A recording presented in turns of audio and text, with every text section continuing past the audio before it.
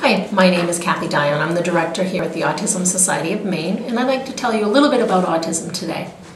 First of all, autism is a neurological disorder that affects 1 in 110 kids, and that is across the United States. Here in Maine, we do have a prevalence rate of 1 in 67, and that does change. So I recommend not just staying with the 1 in 67 to frequently check Fighting Autism, which has the prevalence rate, to get the new prevalence rate. It does change every couple of months. Autism is more prevalent in boys than girls. That's another area that people do not understand. We are looking at some of the scientific information coming out around autism. Autism falls underneath the pervasive developmental disorder umbrella. What that means is there are 5 categories listed underneath the umbrella. The first category is autistic disorder. The second category would be Asperger's disorder. The third would be pervasive developmental disorder, not otherwise specified. We do have 2 others. One of them is called childhood disintegrative disorder, and the last one would be Rett's disorder. Underneath the umbrella, the 3 categories that are primarily dealt with are going to be your autistic disorder, Asperger's disorder, and your PDD-NOS, known as pervasive developmental disorder, not otherwise specified. We deal with all 5 of those categories. Primarily the 3 are the ones that parents are calling about. In the underneath the umbrella, you're going to have what we call a spectrum disorder. What that means is you have children who may have a mild form of one of those categories to a more severe form. Autism is a spectrum, and what that means is that if you have a child, you may have a child that is on the mild form to the more severe form, and that can vary in different degrees according to the child. We also talk about when you have a child diagnosed with autism, you could have 100 of these kids in one room and you won't see the same in any of them. That is why the spectrum comes in, and people talk about that and they say, oh, he's got a mild form, or he's more severe. You'll hear about that when people talk to you about autism. Some of the signs and symptoms of autism are going to fall underneath your communication.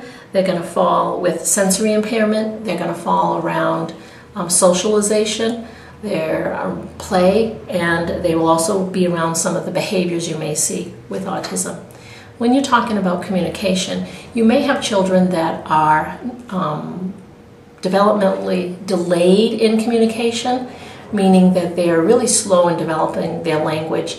Then you may have children who are nonverbal, who won't speak. That is really typically what we look at in the communication. And a child who's going to get a diagnosis of autism typically will get a diagnosis before the age of 3.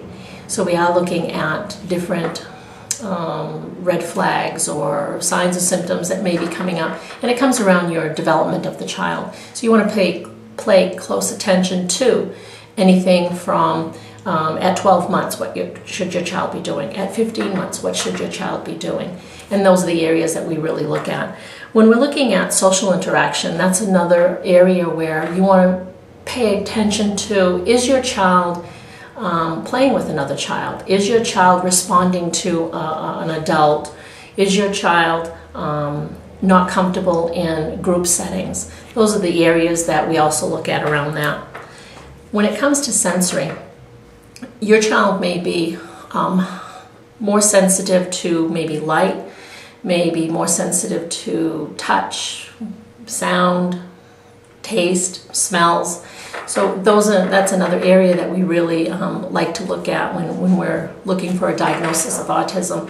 You want to document whether or not, let's say your child goes outside and there's dirt versus grass, and you notice that when it gets to the grass, he doesn't want to put his feet down. That's another area, you just want to notice some of these simple things that happen. Another one would be around, we talked about play. If he's playing with his toys in an appropriate manner for the age of the child. If they take a toy and it's cars and they line them all up, but yet they're not interacting within those vehicles, or they're turning them over and spinning the wheels, those are different signs that we're looking for. Does it mean your child is going to have autism? Absolutely not. These are just areas that we are focusing on that may mean that we need to go for further evaluating when we are first looking at a screening process for autism. Behaviors may be severe temper tantruming, and these can vary between whether it's going to be something that has triggered within the child from communication. Maybe it's something that has overloaded them sensory-wise, but those are also areas that we are quite concerned with. What causes autism? Well, we really don't know what causes autism yet, but scientists are leaning towards biological, and they also are leaning towards neurological differences that are happening within the brain. There's a lot of research happening right now around autism, and there is a lot that's going around with genetics. So we do have a lot of research being done, but there is no known cause for autism as of yet. And at this point, we know that autism is very treatable. The sooner you can get the diagnosis, the sooner treatment can start, and you'll see a great difference in your child with an earlier intervention, getting treatment, getting them into the services that are needed for this child. The treatments that are out there for autism, we highly recommend that you really investigate those. Go to the known agencies that are going to have this information available. Autism has many different treatment options that are out there. You just want to make sure that the source that you're getting them from is reliable and it is something that your child is going to benefit from. So that is what is really recommended, is making sure that you investigate what treatment option you are leaning towards. We do know that not one option, it's better to have a variation of options and treatments in place. So you don't want to be with just one treatment unless you really find that's working. But what we're finding is that more than one option or treatment is going to work best for your child. If you think that your child, or you may know somebody whose child may have autism, or you're thinking that, you might want to contact the Autism Society of Maine for further information on where you can get a screening done and perhaps even evaluations done. We have all that information on our website, or you can also call the 800 number here at the Society. Thank you for your time.